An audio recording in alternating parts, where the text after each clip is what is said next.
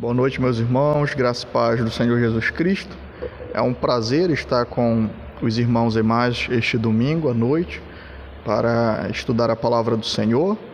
Nós iremos então dar continuidade em nossos estudos na epístola de Paulo aos Tessalonicenses, a primeira epístola. Convido então todos a abrirem suas Bíblias na primeira epístola de Paulo aos Tessalonicenses. Vamos abrir no capítulo de número 2. Primeira epístola de Paulo aos Tessalonicenses, capítulo 2. Vamos ler do versículo 17 ao 20. Primeira Tessalonicenses, capítulo 2, versículo 17 ao 20. Em reverência à palavra do Senhor, então, vamos realizar a leitura. Nós, porém, irmãos, sendo privados de vós por um momento de tempo, de vista, mas não do coração, tanto mais procuramos com grande desejo ver o vosso rosto. Por isso, bem quisemos uma e outra vez ir ter convosco, pelo menos eu, Paulo, mas Satanás nos impediu. Porque qual é a nossa esperança, o gozo ou coroa de glória? Porventura não sois vós também, diante do nosso Senhor Jesus Cristo em sua vinda?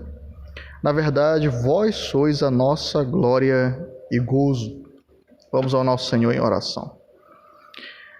Pai amado, Santo Deus, nos colocamos diante de Ti neste momento, Senhor, suplicando a Tua misericórdia, a Tua graça sobre nós, Senhor, suplicando que o Senhor haja em nosso favor, nos capacitando a receber a Tua palavra, Senhor, nos capacitando a compreensão da Tua palavra. Senhor, transforme, Pai, corações, fortaleça o Teu povo. Senhor, fale, Senhor Deus, a cada um que está aqui hoje presente, de maneira que Teu nome seja glorificado, ó Deus. É o que nós te suplicamos em Cristo Jesus, Teu Filho amado, que vive e reina para sempre, Senhor. Amém e amém. Amados irmãos, nós então trabalhamos o capítulo 1 e o capítulo 2, nós vimos que Paulo nos apresenta o seu relacionamento com a igreja de Tessalônica. A narrativa da viagem de Paulo até Tessalônica se encontra em Atos, no capítulo 17. Nós vimos que Paulo ficou um pouco tempo ali, breve tempo, somente 3 semanas, não era o padrão. Nós vemos que na igreja de Corinto, por exemplo, lá em Atos 18, versículo 11, Paulo diz que ficou em Corinto, Lucas, na verdade, diz que Paulo ficou em Corinto 1 ano e 6 meses. Quando nós vemos Paulo, ainda em Atos, no capítulo 20, chamando os presbíteros de Éfeso para conversar, ele fala que ficou ali durante 3 anos, admoestando e exortando a igreja, cuidando da igreja. Mas na igreja de Tessalônica, Paulo teve uma breve passagem. Contudo, essa igreja recebeu a palavra de maneira tão profunda, tão dedicada, tão sincera, que aquela igreja estava produzindo muitos frutos, a igreja estava se estabelecendo como um modelo às suas irmãs ao redor ali da região da Macedônia. E Paulo então escreve para poder consolar os irmãos, para poder orientá-los acerca de algumas questões, já que ele teve que sair dali de maneira muito apressada por causa da perseguição, e também para estimular os irmãos à perseverança na fé, lidando com algumas questões relacionadas à vinda de Cristo. No capítulo 1, ele apresenta Tessalônica como uma igreja modelo de ministério. Depois, Paulo, no capítulo 2, fala sobre o ministério da palavra, o verdadeiro ministro do Senhor, e se coloca como exemplo para poder ajudar a igreja a ter discernimento sobre essas questões. Nós vimos, então, na última sessão, que Paulo ele abre uma ação de graças ao Senhor por tudo aquilo que o Senhor estava operando em Tessalônica, e também lamenta porque ainda existiam muitos incrédulos, principalmente do seu povo, os judeus. Hoje, meus irmãos, nós vamos trabalhar uma sessão de transição para o capítulo 3. É um texto bem direto, um texto bem conciso, onde Paulo vai falar sobre a comunhão cristã e o seu amor pela igreja do Senhor. Nós vamos dividir então esse sermão em 3 pontos: a dádiva da comunhão cristã, o inimigo da comunhão cristã e a garantia da eterna comunhão cristã. Primeiramente, a dádiva da comunhão cristã. Segundo, nós vamos tratar sobre o inimigo da comunhão cristã. E, por último, a garantia da eterna comunhão cristã. Tá? Paulo, no capítulo 2, então, versículo 17, após essa revisão, nós vamos direto ao texto, diz: nós, porém, irmãos, sendo privados de vós por um momento de tempo de vista, mas não do coração, tanto mais procuramos com grande desejo ver o vosso rosto. Paulo utiliza aqui uma palavra muito intensa, que é sendo privado de vós. A palavra aqui privado significa orfanado, seria mais ou menos essa a palavra. Como se alguém perdesse por um acidente ou repentinamente o seu filho, né? Podia ser utilizado para filhos que perdiam seus pais, mas também para pais que perdiam repentinamente os seus filhos. E Paulo, ele está nos mostrando que ele sente falta da comunhão com os irmãos. E que o desejo dele, portanto, era estar mais tempo com a igreja de Tessalônica. Contudo, ele traz a recordação desses irmãos que ele não pôde ficar mais tempo lá por causa da perseguição. Então, por isso que ele diz, olha, ele já tinha utilizado a expressão, né, de que ele amava-os como uma mãe, corrigia-os e conduzia-os como um pai, e ele volta então a empregar essa expressão para mostrar afeto por aquela igreja, dizendo que a forma como eles foram separados foi uma forma muito brusca, e que isso estava trazendo tristeza ao coração dele. E Paulo, quando ele diz isso, que ele sente falta dos irmãos, e que eles estão, que eles estão afastados da vista de Paulo, ou seja, da presença física dele, mas não do coração. Ele diz, olha, constantemente eu estou pensando, orando, eu amo vocês, e o meu desejo é estar com vocês e ver o vosso rosto. Ver o vosso rosto. Paulo aqui ele faz um contraste com os mestres falsos da época, porque naquela época era muito comum, assim como hoje, que os charlatões eles se aproximavam das igrejas, se aproximavam das pessoas, lucravam sobre essas pessoas, retiravam o que podiam retirar, enganavam quem podia enganar, depois eles sumiam. Eles nunca mais voltavam, não davam notícias, nem se preocupavam qual era o estado da alma dessas pessoas. Então Paulo, exatamente para que prevendo, precavendo a igreja de que essa acusação não fosse levantada, nós não temos nenhum indício de que essa acusação foi levantada em Tessalônica. Então, por cuidado com os irmãos, ele já diz, olha, eu não estou com vocês porque nós fomos separados de maneira brusca, lembrem-se disso, mas eu desejo ver vocês, eu estou escrevendo para vocês exatamente por causa desse desejo intenso que eu tenho de estar com os irmãos, e eu ainda não pude fazê-lo, mas eu quero ver vocês face a face. Portanto, Paulo ele não se contentava em somente escrever cartas. Quando nós vemos as viagens missionárias de Paulo, nós vemos que ele vai pregando o evangelho, plantando igrejas, depois ele retorna a essas igrejas para verificar a situação que essas igrejas se encontram, e ele então está constantemente discipulando e cuidando daquelas igrejas. E Paulo poderia dizer, olha, eu não fui aí até vocês porque eu sou muito ocupado. Eu fui chamado para pregar o evangelho aos gentios, portanto eu tenho muita coisa para fazer, e aí eu vou escrever algumas cartas. Mas Paulo, ele não se contentava com isso. Ele queria estar presente, ele queria adorar ao Senhor com os irmãos. Ele tinha prazer em estar na igreja, em desfrutar da presença e da comunhão com os irmãos, de ser edificado pelos irmãos e de edificá-los. Ele era alguém extremamente humilde. Mesmo sendo o apóstolo Paulo, ele entendia que um verdadeiro crente, ele está ligado em comunhão com a igreja. Quando nós lemos o capítulo 1 de Romanos, vamos até Romanos, no capítulo 1, no versículo 10 ao 15, Paulo ele fala a mesma coisa à igreja dos Romanos, né? Olha só o que ele diz. Romanos capítulo 1, versículo 10 ao 15.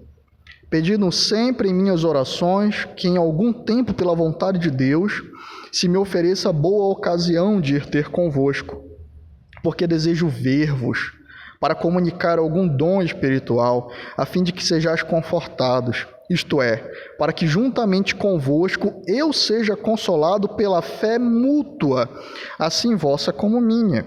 Não quero, porém, irmãos, que ignoreis que muitas vezes propus ir ter convosco, mas até agora tenho sido impedido, para também ter entre vós algum fruto, como também entre os demais gentios. Eu sou devedor tanto a gregos como a bárbaros, tanto a sábios como a ignorantes, e assim, quanto está em mim, estou pronto para também vos anunciar o evangelho a vós que estáis em Roma. Em Atos 20, Paulo diz que ficou 3 anos, não somente pregando publicamente, mas também indo de casa em casa, falar com os irmãos, estar em contato com eles. Portanto, Paulo, ele ama a igreja do Senhor. Ele escreve aos filipenses que os ama, ele escreve aos colossenses a mesma questão, que ele está orando por eles constantemente. Paulo ama a igreja do Senhor. E Paulo nos mostra que o verdadeiro amor pela igreja consiste em querer estar perto, consiste em ter comunhão com a igreja. Paulo ele não se contentava somente em escrever aqueles irmãos. Paulo ele considerava que a comunhão da igreja do Senhor ela é vital, dos crentes uns com os outros, e a edificação mútua se dá dessa maneira. Nós vemos em Romanos que ele diz que ele é devedor a todos os irmãos, porque ele queria estar com eles constantemente, para ser edificado também. Paulo não se achava super-homem, Paulo não se achava autossuficiente. Ele entendia que para que o coração dele também fosse consolado, alimentado, ele precisava estar em comunhão com os irmãos. Você não é mais ocupado do que Paulo. Portanto, nós precisamos parar de dar desculpas pelo fato de não termos convivência com a nossa igreja local. Nós devemos começar a entender que tudo aquilo que é essencial para nós, tudo aquilo que nos faz falta, nós buscamos e nós conseguimos então exercer, executar, nós conseguimos experienciar. E se a comunhão cristã, meus amados irmãos, ela de fato é importante para nós, nós iremos lutar por essa comunhão e lutar para estar com os irmãos. Assim como Paulo sentia falta da comunhão presencial com aqueles irmãos, o verdadeiro crente também sente falta dos irmãos. Nós estamos em um período onde a igreja do Senhor enfrenta a imposição de algumas autoridades, que as reuniões elas fossem exatamente para o bem e para a preservação da vida. Isso é inquestionável, mas nós fomos obrigados por causa de toda a situação, a dispersar a reunião local, a reunião presencial da igreja. A reunião presencial ela está voltando gradativamente agora, e com certeza essa ausência do contato com os irmãos provou muitos corações. Provou os corações se de fato nós amamos a igreja do Senhor e nós sentimos falta e valorizamos a comunhão com os irmãos, ou se nós dizemos que amamos a igreja, mas de maneira abstrata. E o amor ele é prático na Escritura, e quando nós falamos sobre amar a igreja do Senhor, isso importa em relacionamento. Paulo deixa isso muito claro. Portanto, nesse primeiro ponto, Paulo nos mostra que a comunhão cristã ela é uma dádiva. Ela é uma dádiva entregue pelo Senhor para a edificação dos nossos corações, para fortalecimento mútuo, para cuidado mútuo. E Paulo, portanto, tinha como marca esse cuidado pela igreja do Senhor, esse zelo pela igreja do Senhor e o desejo de estar perto do povo de Deus, não somente em palavras, mas em ato, em serviço, em amor genuíno. Portanto, o verdadeiro amor pela igreja se prova exatamente nesse cuidado, nesse serviço, nessa presença de contato com os irmãos. Paulo, então, não pôde estar ali. Vamos voltar a 1 Tessalonicenses, no capítulo 2. Paulo não pôde estar ali, e ele diz, então, aos irmãos que desejava muito ver o rosto deles, porque a forma como eles foram separados foi uma forma muito brusca, e ele desejava, então, cuidar dos irmãos e ver o rosto deles e se alegrar com eles, mas a pergunta que poderia ser feita aqui é, então, por que Paulo não voltou? Nós sabemos porque Paulo partiu. porque ele estava sendo perseguido, sofreu oposição dos judeus. Mas por que Paulo então não voltou? Quando nós lemos o versículo 18, Paulo ele explica para os irmãos que ele tentou voltar. Olha só, versículo 18. Por isso bem quisemos uma e outra vez ir ter convosco, pelo menos eu, Paulo, mas Satanás nulo impediu. Paulo diz que ele não somente desejava estar com os irmãos, isso era um desejo de boca, ou seja, ele não se esforçou para de fato empreender uma viagem até eles. Não, pelo contrário. Essa expressão aqui, meus amados, quisemos uma ou outra vez, no original significa várias tentativas. É uma expressão, é um jogo de palavras que significa, olha, diversas vezes nós tentamos ir ter convosco, pelo menos eu, Paulo, e aqui ele não está excluindo o desejo de Timóteo nem de Silas, mas o sentido é de que ele, Paulo, diversas vezes empreendeu esse ato de ir até os irmãos, mostrando a sua pessoalidade como apóstolo e alguém que estava cuidando daquela igreja, mas Satanás não o impediu. Paulo diz, portanto, que ele não conseguiu voltar ainda até os irmãos porque ele sofreu um obstáculo, uma oposição de Satanás. E aqui o termo Satanás refere-se exatamente ao inimigo do povo de Deus, aquele que enganou Eva e Adão, principalmente no Éden, aquele que se opõe, então, ao inimigo do Senhor e do povo de Deus. E Paulo diz, então, que havia então uma causa sobrenatural do ele não ter conseguido ainda voltar. Havia uma oposição maligna que atrapalhou os seus planos de retornar ali.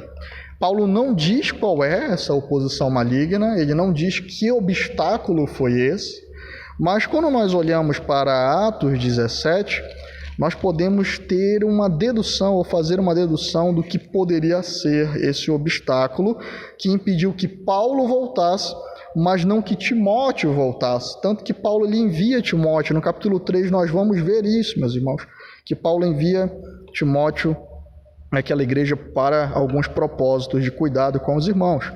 Vamos até Atos, no capítulo 17, então, e vamos ler o que acontece na cidade a partir do versículo 5. Atos 17, 5. Paulo pregou, então, houve conversões ali.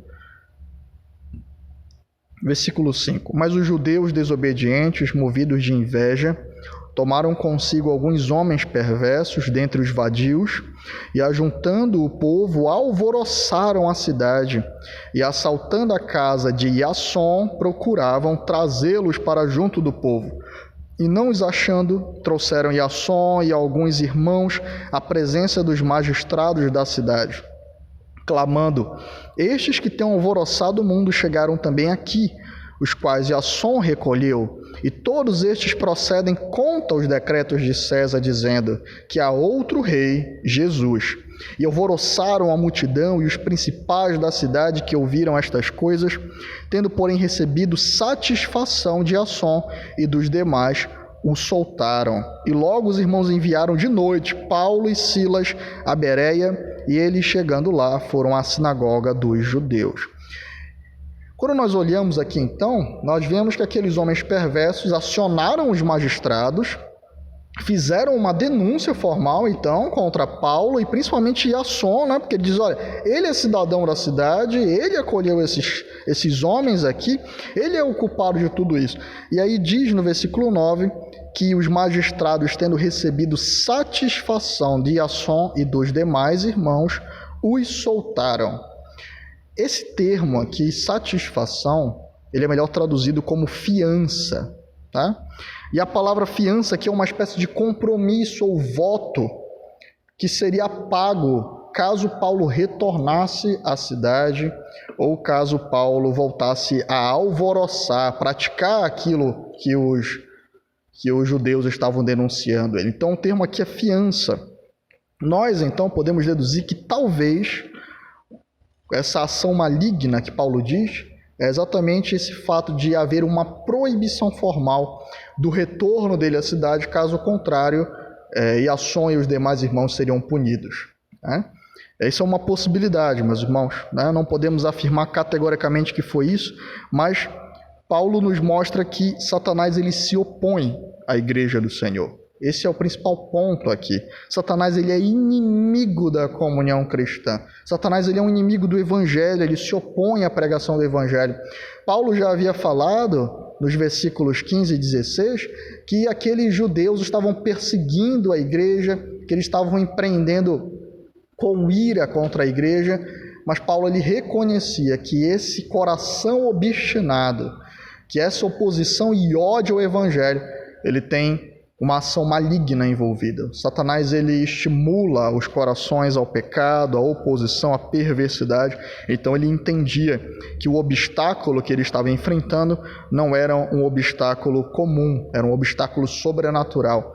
Havia então uma oposição de Satanás para que o evangelho continuasse sendo pregado e para que Paulo então retornasse aos irmãos de Tessalônica. Meus amados, Paulo nos mostra, portanto, que a igreja tem um inimigo real. Satanás é um inimigo real da igreja. Satanás é alguém que está agindo contra a igreja do Senhor, contra a pregação do evangelho, contra a propagação da palavra de Deus. E o Senhor Jesus, ele nos deixa uma promessa em Mateus que nos ajuda a entender mais ou menos o que é que Paulo está dizendo aqui. Vamos até Mateus, no capítulo 16, e vamos ver essa conversa que o Senhor tem com Pedro ali. Mateus, capítulo 16, versículo 16. O Senhor pergunta então para Pedro quem ele era, na verdade para todos os apóstolos, e Pedro responde no versículo 16. E Simão Pedro respondendo disse: Tu és o Cristo, o Filho do Deus vivo. Jesus respondendo disse-lhe: Bem-aventurado és tu, Simão Barjonas, porque tu não revelou a carne e o sangue, mas meu Pai que está nos céus. Pois também eu te digo que tu és Pedro, e sobre esta pedra edificarei a minha igreja, e as portas do inferno não prevalecerão contra ela. E eu te darei as chaves do reino dos céus, e tudo que ligares na terra será ligado nos céus, e tudo que desligares na terra será desligado nos céus. Então mandou os seus discípulos a que ninguém dissessem que ele era Jesus, o Cristo. Desde então começou Jesus a mostrar aos seus discípulos que convinha ir a Jerusalém e a padecer muitas coisas dos anciãos, dos principais sacerdotes e dos escribas, e ser morto e ressuscitar ao terceiro dia. E Pedro, tomando de parte, começou a repreendê-lo, dizendo: Senhor, tem compaixão de ti, de modo nenhum te acontecerá isso. Ele, porém, voltando-se, disse a Pedro: Para trás de mim, Satanás, que me serves de escândalo, porque não compreendes as coisas que são de Deus, mas só as que são dos homens. Então, observem, meus amados, que o Senhor Jesus faz uma promessa. Nós temos Pedro sendo aqui alvo da revelação do Senhor, tendo a sua mente aberta pelo Senhor, e dizendo: olha, tu és o Cristo. E o Senhor fala: olha, tu és Pedro, e sobre esta pedra, ou seja, sobre ele edificaria a sua igreja, e as portas do inferno não prevalecerão contra ela. Ou seja, a igreja marcha em oposição, em guerra às portas do inferno, em oposição às forças malignas, em oposição a Satanás, em oposição ao mal, ao pecado. E depois que Jesus diz isso, e que Pedro então tinha feito aquela declaração magnífica, e o Senhor então começa a pregar o evangelho para os seus apóstolos, é isso que ele estava fazendo, pregando o evangelho. Então nós vemos Pedro olhando para o Senhor e tentando impedi-lo de executar a sua paixão, de executar a sua missão de morte na cruz. Jesus diz: para trás de mim, Satanás, que me serve de escândalo. Essa palavra escândalo é armadilha, porque não compreendes as coisas que são de Deus, mas só as que são dos homens. Ou seja, Satanás estava ali de maneira ardilosa, tentando se opor ao ministério do Senhor Jesus Cristo. Quando nós olhamos para esse caso aqui em Mateus 16, nós vemos que o que Paulo está fazendo ao dizer aos irmãos que sofreu uma oposição maligna, uma obstaculização por parte de Satanás, ele não está atribuindo a Satanás soberania ou uma força tal que rivaliza com Deus, de maneira que o Senhor não conseguiu livrar Paulo daquilo. Não. O que Paulo está nos mostrando é que o Senhor é soberano, o evangelho está sendo pregado, mas ao longo da nossa vida cristã, nós vamos enfrentar esse adversário que já está derrotada em nome de Cristo e pela promessa de Cristo que a igreja vai triunfar sobre as portas do inferno. Na cruz, Cristo garante um inimigo, um oponente que vai se colocar e vai criar obstáculos e armadilhas contra a pregação do Evangelho e também contra a comunhão da igreja. É alguém que milita de maneira real e constante contra a igreja, mas nós o venceremos, já o vencemos em nome do Senhor Jesus Cristo. Contudo, estamos em guerra. Paulo está deixando isso claro a nós. Ele sabia melhor do que ninguém da vitória do Senhor Jesus Cristo. Estamos em guerra, precisamos vigiar, precisamos orar, precisamos nos revestir da armadura de Deus, precisamos vigiar o próprio coração para que nós não caiamos nas armadilhas de Satanás e acabemos sendo usados também para os propósitos dele contra a igreja do Senhor e contra a pregação do Evangelho. Devemos vigiar sobre isso. Quando nós lemos em Efésios, no capítulo 6, Paulo, de maneira muito clara, diz isso: a nossa batalha é contra principados e potestades. Portanto, nós precisamos revestir da armadura do Senhor para poder, como cristãos, prosseguir em luta, para prosseguir nessa batalha. Temos um inimigo real, então, igreja. Precisamos reconhecer isso e viver de maneira alerta, vigilante, constantemente em oração e nos utilizando, então, do poder que o Senhor Jesus Cristo nos concede pelo seu Santo Espírito. O terceiro ponto desta noite é que nós temos uma garantia eterna da comunhão cristã. Vamos ao versículo 19. Porque qual é a nossa esperança, ou alegria, ou coroa de glória? Porventura não sois vós também diante de nosso Senhor Jesus Cristo na sua vinda? Na verdade, vós sois a nossa glória e gozo. Paulo então passa a compartilhar com os irmãos de Tessalônica que, apesar das lutas, apesar da oposição, apesar da breve separação que eles estavam enfrentando, apesar da oposição de Satanás ao Evangelho e à igreja, eles possuíam uma garantia de que o Senhor Jesus Cristo está voltando. A vinda do Senhor é certa.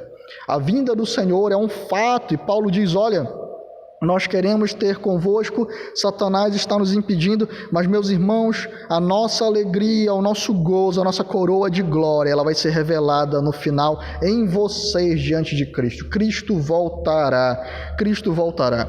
Portanto, nós temos uma garantia eterna dessa comunhão. Nós temos uma garantia perfeita, que não pode ser roubada da igreja, de que nós estaremos para a eternidade toda juntos com Cristo. Quando Paulo fala aqui no versículo 19 e 20, então, que ele quer estar com os irmãos e que isso vai acontecer na vinda de Cristo, ou seja, ele não poderia ser separado para sempre dos seus irmãos.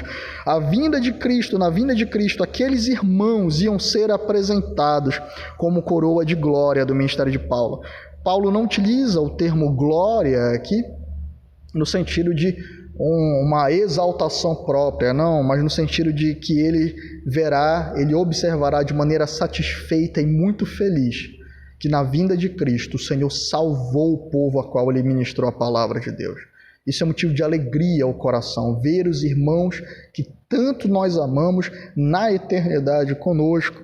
Nesses versículos, Paulo ele traz diversas promessas, diversas afirmações importantes para o crente. Primeiramente, a vinda de Cristo ela é certa. Não há nada que possa se opor a isso. E ele já introduziu esse tema com os irmãos, falando que eles, como crentes, estavam esperando o Senhor Jesus Cristo se manifestar dos céus. Portanto, era uma doutrina que estava constantemente no coração dos tessalonicenses. Paulo diz que na vinda do Senhor nós vamos nos regozijar em Cristo. Aqui, Paulo diz que na vinda do Senhor nós vamos nos regozijar em ver o povo de Deus reunido e salvo, porque eles são frutos da obra de Cristo. Paulo diz que na vinda do Senhor os pregadores do Evangelho se regozijarão em Cristo e na obra operada por Ele através da palavra, da pregação da palavra. Paulo diz que aqueles irmãos, a forma como eles estavam vivendo, a fidelidade, aquela fé genuína, no dia da manifestação do Senhor, ia encher o coração dele de alegria, ia encher o coração dele de satisfação em Deus, em ver a obra que o Senhor operou em favor dos homens. E a outra verdade que Paulo deixa claro aqui é que na vinda de Cristo os obstáculos à comunhão com Cristo e com o seu povo serão todos removidos. Nós vamos viver sendo uns com Ele de maneira plena.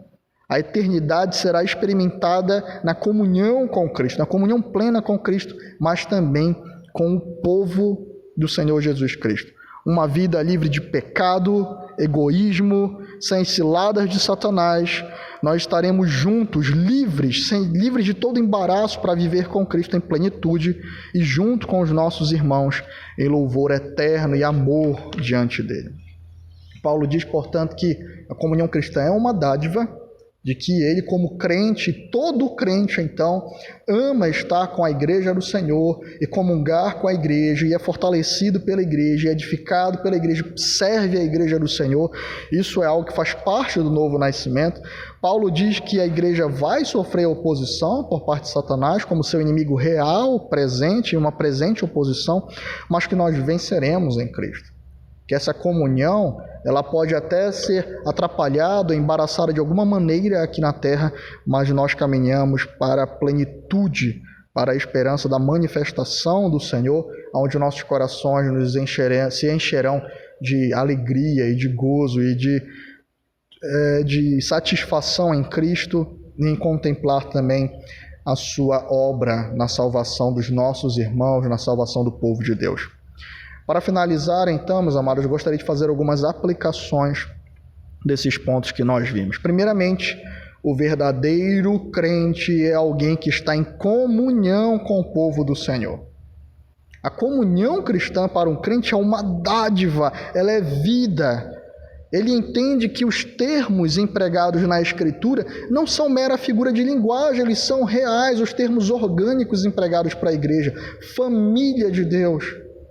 Corpo de Cristo, e eu sou membro desse corpo. Como é possível que um membro viva separado do corpo? Não é possível.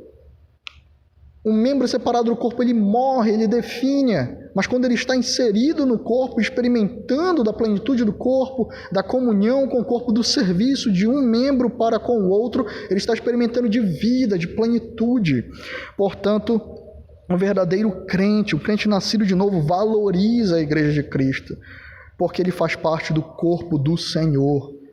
Não é possível ter a Cristo e não estar inserido em seu corpo. Quando nós somos unidos a Cristo no novo nascimento, nós somos unidos ao corpo de Cristo. A expressão é muito forte utilizada pela Escritura. A oração do Senhor Jesus Cristo em João 17 é: Pai, nós somos um, Senhor, e eu fui entregue para que agora eles sejam um contigo em mim e uns com os outros em mim. Cristo é o mediador por excelência e perfeito. Ao sermos unidos a Cristo, nós somos unidos ao seu corpo. Esse corpo possui um caráter invisível, no sentido de que ele é composto por todos os santos na terra, mas esse corpo se expressa de maneira visível por meio da igreja local. É na igreja local que nós experimentamos a dádiva da comunhão cristã. É na igreja local que a beleza do invisível, que a beleza, a glória da igreja invisível, ela se manifesta de maneira plena. É na igreja local que todas as dádivas de Deus com relação à comunhão cristã, a edificação, a entrega dos dons, o exercício do serviço, a comunhão, a santidade, a exortação mútua, ela é praticada. É na igreja local que nós experimentamos da unidade com o Senhor Jesus Cristo e com o seu povo. Na igreja local, meus irmãos. Portanto, se dizer crente, mas não ser membro de uma igreja local, não participar da comunhão ativa com o povo de Deus, é algo impensável. Se você de fato é um cristão, você foi feito membro do corpo de Cristo, e isso se revela de maneira local, concreta, visível. O Novo Testamento nos indica claramente que a membresia, o desejo de estar em uma igreja, inserido, participando de maneira plena daquela comunhão com a igreja, é uma prova do novo nascimento, não é algo inventado pelos homens. A doutrina da membresia é bíblica e nós precisamos recuperar isso com urgência. Como nós vimos, a prova do amor de Paulo pelos irmãos é o desejo ardente de estar com eles. Esse não é uma marca somente de Paulo, essa não é uma marca somente do apóstolo, mas de todo o crente, daqueles que verdadeiramente foram regenerados. Como nós falamos, essa quarentena, esse momento atípico que a igreja tem experimentado, ele tem revelado muitos corações. E como você se sentiu durante esse tempo de afastamento dos irmãos? Você tem sentido falta da convivência do povo de Deus? Você está como Paulo: eu quero ver o rosto dos meus irmãos. Eu quero estar em comunhão plena com meus irmãos, ser servido por eles, servir os meus irmãos, edificar mutuamente, trocar a fé, compartilhar, fazer tudo aquilo que o Senhor nos ordena no Novo Testamento em termos de mutualidade, cuidado e serviço, cultuar junto com eles ao Senhor. Você tem sentido essa mesma experiência de Paulo? Eu preciso ver o rosto de vocês, meus irmãos. Ou você agiu de maneira normal, entre aspas, né? Achou isso normal, achou isso regular, achou que isso não fez falta nenhuma. Chegou a passar na sua cabeça que poderia ficar assim, cada um na sua casa, assistindo um sermão online, no máximo, e que estava muito bom assim. Se você é indiferente à Igreja do Senhor, isso é um péssimo, um terrível sinal. Significa que o corpo de Cristo é algo dispensável a você. E, infelizmente, isso testemunha contra a sua conversão. Portanto, ore ao Senhor, analise o seu coração diante da palavra de Deus. O povo de Deus é um povo que se ama. E Jesus Cristo diz que o amor, o serviço mútuo, o cuidado mútuo que revela esse amor é a marca pela qual o mundo nos reconhece como discípulos de Cristo. É o genuíno amor. É o genuíno amor de uns pelos outros, o cuidado, o companheirismo, a irmandade em Cristo Jesus que nos revela como genuínos discípulos de Cristo. E o amor verdadeiro é aquele que deseja estar perto, em comunhão, em convivência, em constante oração, em constante serviço, em constante afeto com seus irmãos. A segunda aplicação é que nós temos um inimigo real que se opõe ao Evangelho. Muitos irmãos têm negligenciado a isso. Paulo nos diz então que ele sofreu um obstáculo de estar com a igreja em Tessalônica, um obstáculo sobrenatural empregado por Satanás, e que nós precisamos marcar isso em nossas vidas como algo real, meus irmãos. Satanás é alguém que milita contra a igreja, alguém que milita contra a pregação do Evangelho, e ele utiliza forças externas para isso, quando nós vemos ali as perseguições, estimulando então o coração dos homens perversos para perseguirem a igreja, para se oporem à igreja, para poder trazer difamação e escândalo. Mas não se esqueçam, meus amados, que nós vemos Paulo também alertando a igreja com relação a perigos internos que Satanás ele oferece.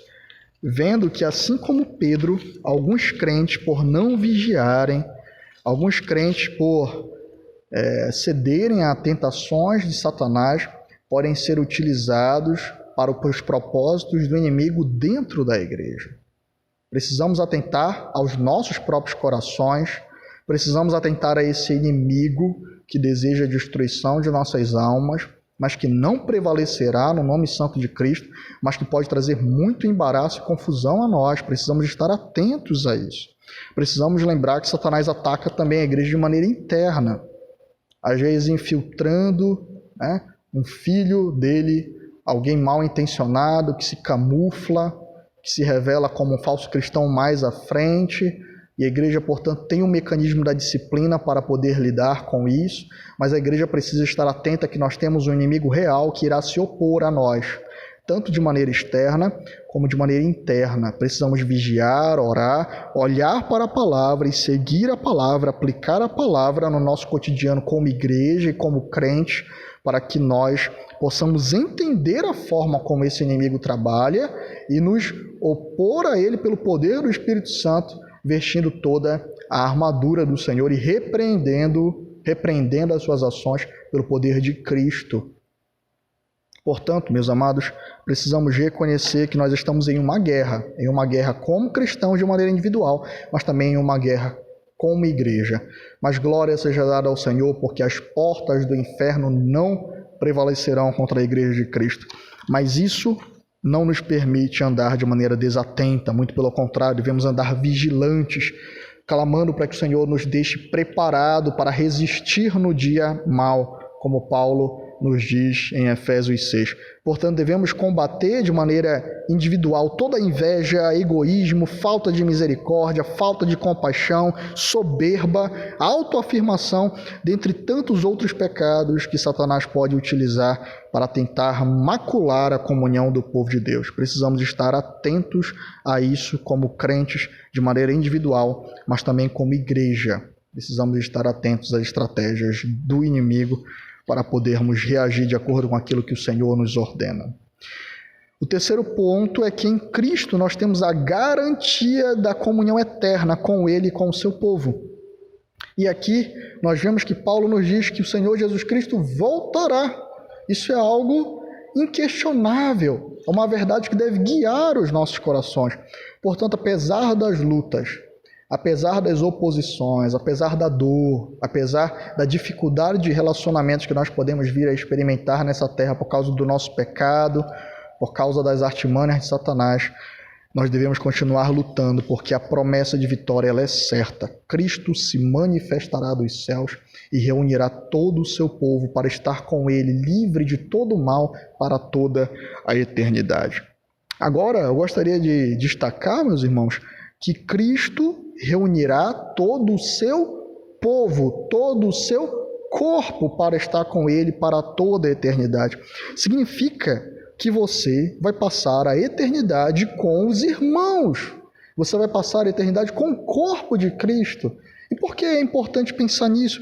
Porque se você tem se portado de maneira a não suportar a igreja local, a ser indiferente à comunhão com os irmãos, a ser totalmente indiferente à comunhão com a igreja do Senhor, será que você pode dizer que deseja a eternidade com Cristo? Porque a eternidade com Cristo é a eternidade também com o seu corpo.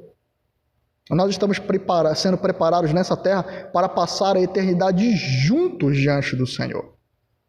E eu já ouvi de maneira muito triste alguém dizer: não, mas eu vou conhecer lá outras pessoas, eu não vou estar reunido só com a minha congregação.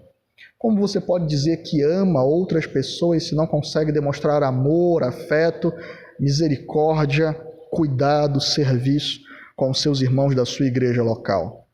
É nela que nós estamos sendo treinados para a eternidade. É uma grande mentira esse amor abstrato por pessoas que você não conhece. Muito pelo contrário, nós somos chamados a demonstrar a nossa conversão e o nosso genuíno amor agora. Nós estamos sendo treinados para passar a eternidade com Cristo e com o seu povo agora. O amor bíblico, o amor que Cristo gerou no coração de pecadores que estavam mortos agora, é um amor santo, é um amor concreto, é um amor que importa em serviço e ele se manifesta na identidade da igreja local. Precisamos entender isso. A garantia da vitória é certa, a garantia da comunhão eterna com ele é certa, mas a garantia de que nós passaremos essa eternidade com o povo de Deus, ela é inquestionável. Por fim, quando Cristo vier, como nós vimos, todo o obstáculo da nossa comunhão com Ele, uns com os outros, vai ser removido. Satanás, todos os principados e potestades, todos os que seguem Satanás, todos os homens perversos serão separados para a condenação eterna no lago de fogo, e a igreja viverá com Cristo em perfeita unidade e louvor. Nós, portanto, temos que o Senhor, na cruz, ele separou a humanidade em duas categorias de pessoas: aquelas que estão inseridos em Cristo para a eternidade e a vida eterna, e aquelas que estão fora de Cristo para a condenação eterna. A pergunta é: aonde você estará? Aonde você estará? A forma como você tem vivido hoje mostra o seu plano para a eternidade. Você tem se planejado até aonde na sua vida? Algumas pessoas têm se planejado para a velhice, mas a vida não acaba na velhice, ela continua no porvir. E como será a sua vida no porvir? Uma vida de eterna delícia, uma vida de satisfação, uma vida de santidade, pureza, de comunhão com o Senhor, para o qual nós fomos criados, ou será uma eternidade de condenação, de tristeza, de ódio, de punição eterna? Como você tem vivido hoje? Busque ao Senhor Jesus. Porque se você permanecer fora do corpo dele, fora do Senhor Jesus Cristo, fora do único que concede vida eterna, e nos une com Ele, e nos une com o povo para toda a eternidade, você estará destinado ao lago de fogo eterno. Fuja hoje para o Senhor Jesus Cristo, para que você também experimente do seu amor, da sua misericórdia, da redenção, da comunhão e da unidade com Ele, e também seja inserido na família de Deus, no povo de Cristo, no corpo do Senhor Jesus Cristo, no templo vivo que é habitado pelo Espírito Santo do Senhor, e que estará com Deus, livre de todo pecado, de todo mal, de toda a oposição de Satanás para toda a eternidade. Que o Senhor tenha misericórdia de nós. Vamos ao Senhor em oração. Senhor Deus, Pai amado e querido, Deus eterno e santo, te agradecemos, Senhor Deus, pela Tua palavra, Pai, que nos mostra como nós devemos enxergar a comunhão com os nossos irmãos, como nós devemos, Senhor Deus, buscar desenvolver o vínculo da perfeição, Senhor Deus, a qual Tu nos inseriu em Cristo Jesus, Senhor, a qual Tu gerou de uns para com os outros, Senhor Deus, em Cristo Jesus. Nós te suplicamos que o Senhor avive isso no coração de cada membro desta igreja, Senhor, que Tu desperte, Senhor Deus, aqueles que têm se aproximado da igreja e acham, Senhor Deus, que podem viver uma vida no mundo, Senhor Deus, e participando de uma ou outra atividade, que por isso está salvo e irá, Senhor Deus, aos céus junto com a Tua igreja, desprezando, Pai, a verdadeira unidade que só vem por meio do Teu Filho de um coração verdadeiramente redimido, Senhor. Que o Senhor confronte os corações daqueles que dizem que estão perto de Ti, que têm comunhão contigo, mas que não desejam comunhão com a Tua igreja, porque isso é mentira, Senhor Deus, isso é marca de um coração não regenerado. Que o Senhor conduza, Senhor Deus, a nossa mente e o nosso coração a olhar para o que foi ensinado na Tua palavra, Senhor, e submeter o nosso coração àquilo que Tu nos ensinou hoje, Pai. Nos conduza, Senhor Deus, a esperar dos céus a manifestação do Teu Filho, com ardente, Senhor Deus, esperança, expectativa, mas que até lá, Senhor, nós possamos ser fiéis a Ti, Senhor, em santidade, caminhando em edificação mútua e lutando, Senhor Deus, juntamente com o Teu povo, em comunhão com o Teu povo, até o momento que Tu nos virá dos céus buscar, Senhor Deus, até o momento que o Teu Filho se revelará dos céus, Senhor, para buscar o Teu povo e a noiva dele, Senhor. É o que nós pedimos em Cristo Jesus. Desde já te agradecemos, Senhor. Amém e amém.